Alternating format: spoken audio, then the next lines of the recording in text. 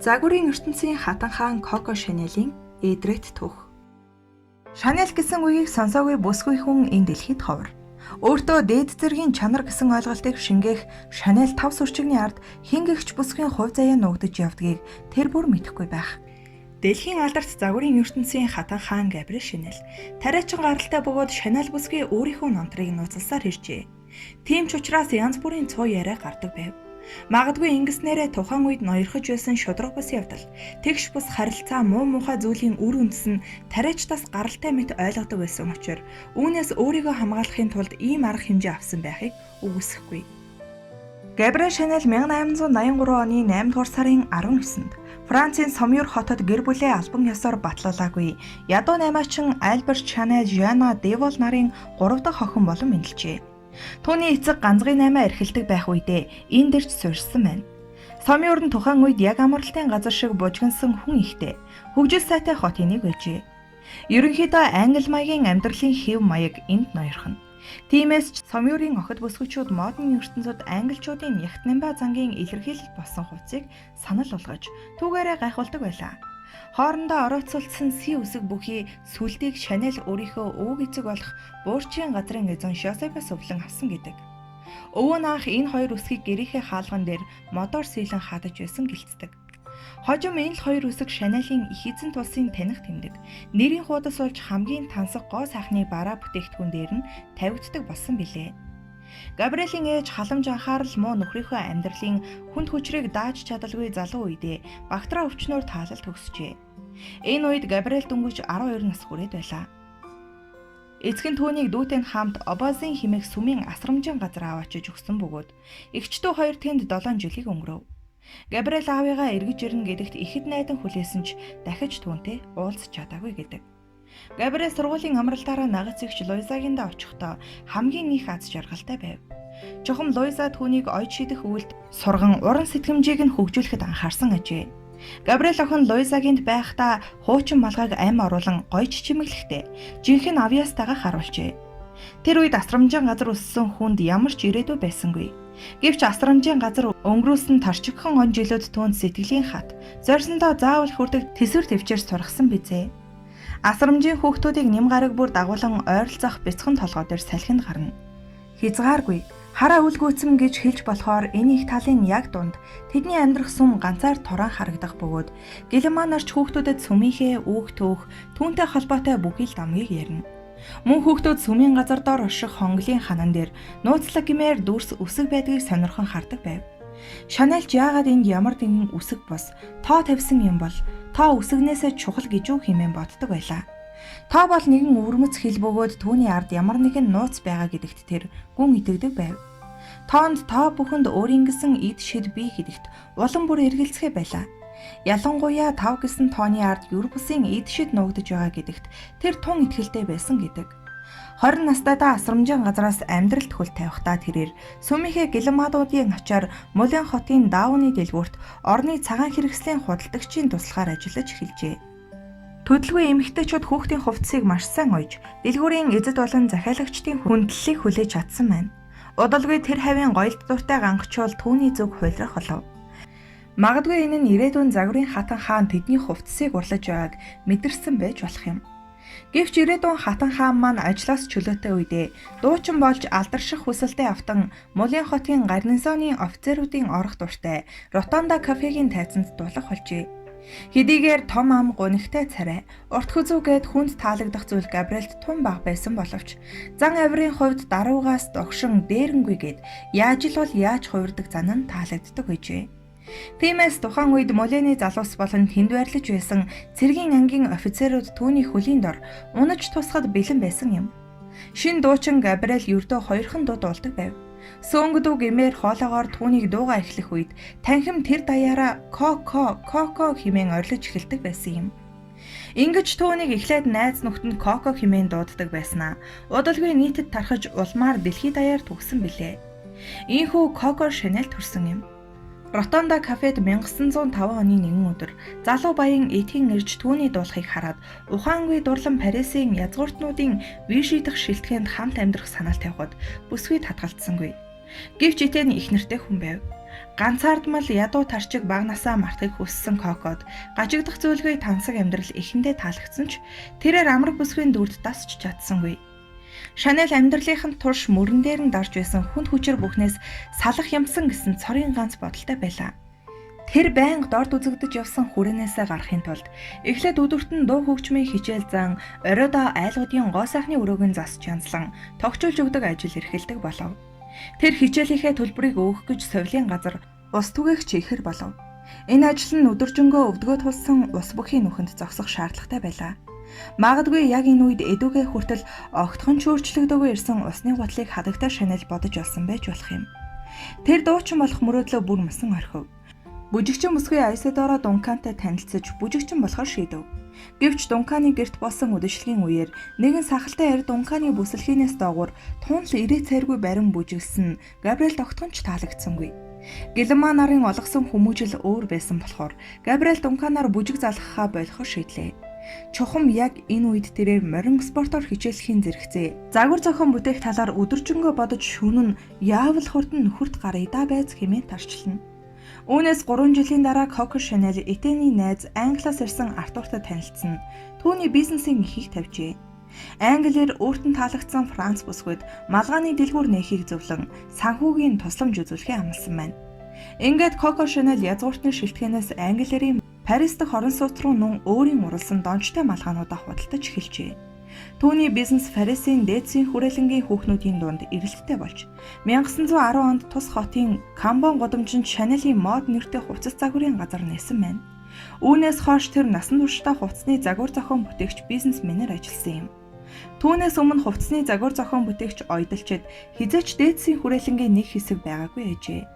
Харин Коко Шанель загвар зохион бүтээгчийн ажлын тухай нийгэмдэх ойлголтыг оронгоор нь эргүүлэн олон улсын анхаарлыг соронзон мэт татсан алдартай болж чаджээ. Модны ертөнцид эрчимтэй орж ирсэн тэрээр эмэгтэйчүүдийн бүслэхийг чангаар оруулсан корсет, явж хөдөлгөхөд бэрх урт даашин зас салган бие дэвтэйхэн даруухан хэрнээ, шин нэрний гоо зүг илэрхийлсэн маш ардчилсан модернист хувцсанд дурлуулсан гэж зүй ясаар үздэг билээ. 1919 онд түүний хайртай эр хүн Артур Копл автомашины ослоор ам өргөтгöd албан ёсны гэргийн биш учраас оршуулганд нь оролцсон албан ёсоор эмгэнэл илэрхийлж чадахгүй байв. Тэгэхээр нь Коко Шанель өвдөх хүртэл богино хар даашинз ойж өмсөн гашуудлаа илэрхийлжээ. Тэрээр хэдийн олон мянган даган дурагсдтай болоод байсан тул богино хар даашинз тэр даруй модонд орж одоо ч гэсэн хоцрогдоогүй байна. Габриэлийг зөвхөн хувцас биш амьдралаач бас огт өөр өнгөөр зохион бүтээсэн бүсгүй гэх нь бий. 1920 онд тэрээр үсээ богиносхон тайрснаар эмэгтэйчүүдийн ертөнцөд жинхэнэ хувьсгал хийсэн гэж хэлж болно.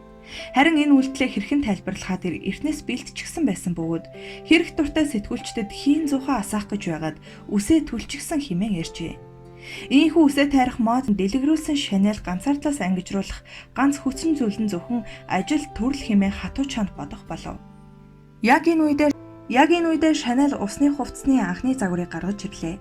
Тухайн үед дээдсийн хүрээнийхэнд далайн эргээр сэлж шумбах нь зөвхөн хүүхнүүдийн зугаа гэсэн ойлголт байв. Харин Шанель болохоор үүнийг халж далайн усан думбах хадагтай нарт зориулан өмсгөл зохион бүтээсэн бөгөөд өмдийг нь өвдгөө хүртэл богиносгож өгсөн юм. Түүнийхээ дараа хүүхнүүдийн хүзүүн ил тод харагдах эрэгтэй хүний гимээр цамцны загварыг гаргав. Тухайн үедээ л энэ нь асар их шууганыг Америкчуудын дунд тарьж байлаа. Ингрийг нь хожим задгаалж түүний нэр хүнд улам өсч ирэв.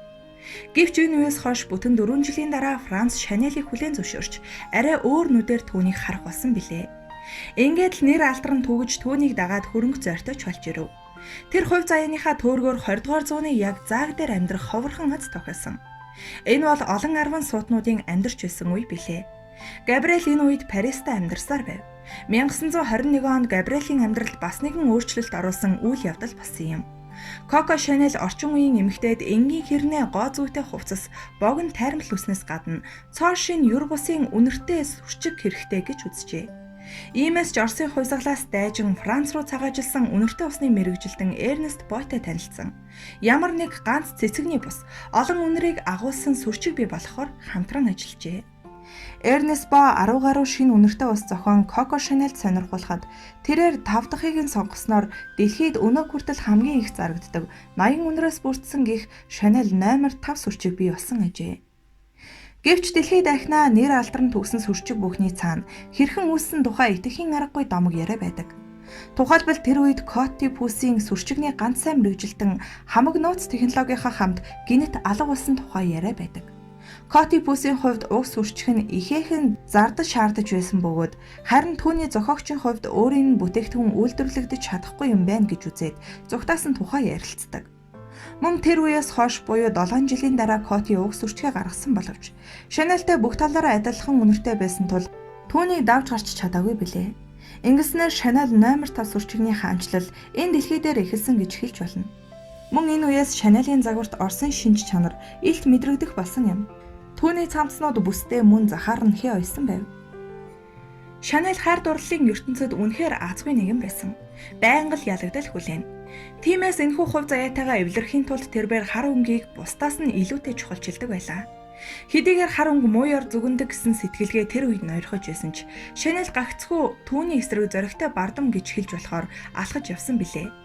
Түүнд өргөдөл хэмээх өвчин буг оншилсан ч хүүхдтэй болохын тулд арга чарга бүхнийг хэрэглээд бүтсэнгүй. Гэвч Шанель сэтгэлээр унаагүй. 1932 онд Шанелийн намтарт бас нэгэн шинэ хуудас нэгдлээ. Тэр Холливуудын хаан Сэмюэл Голдвинтэй ажил хэргийн шугамар танилцжээ.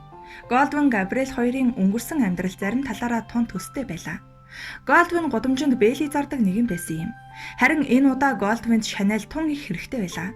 Тэрээр кинотеатруудын зүг эмэгтэйчүүдийг татахын тулд Холливуудын жүжигчдэд зөвхөн Шанелийн хувцас өмсүүлэхэр болж сая долларын гэрээ байгуулжээ. Гэвч хэсэг хугацааны дараа Шанель Америкаас Париста иргэн иржээ. Парис дээрээ зүгээр суусангүй.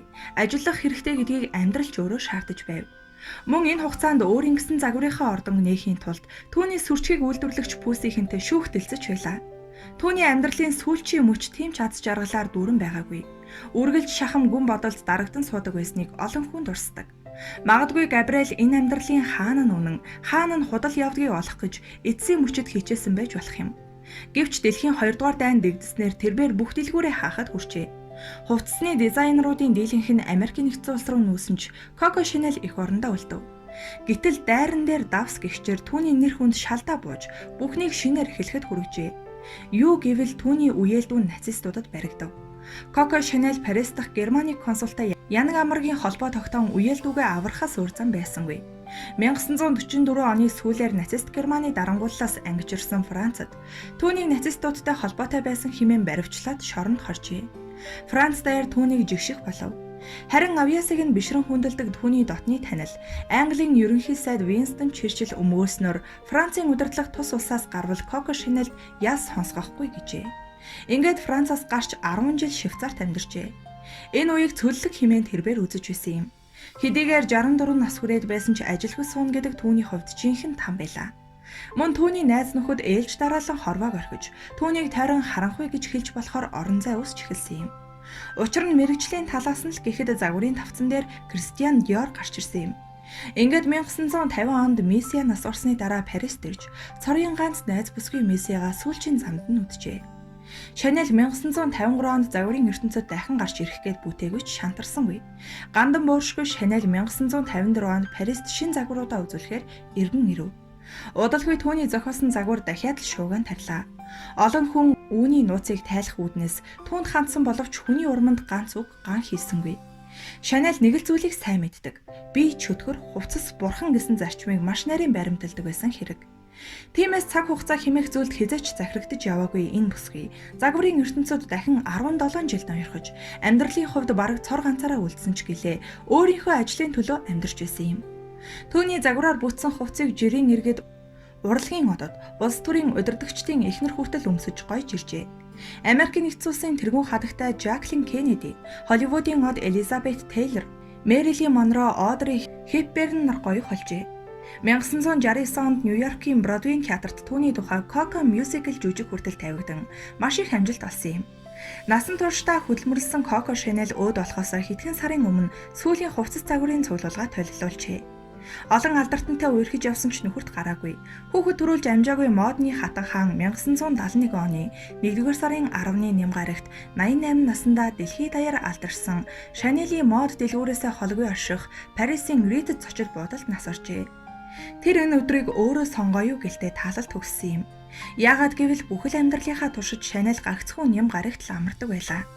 Таалал төгсөхдөө эрднийхээ орчим Стравинскийн дурсгал болгон өгсөн гэгээн Антони бяцхан баримлыг тавьсан байв. Түүнийг Тэнгэрийн оронд залрахад модны эзэнт гүрэн нь жилд 160 сая долларын цэвэр ашигтай ажилдаг болсон байв.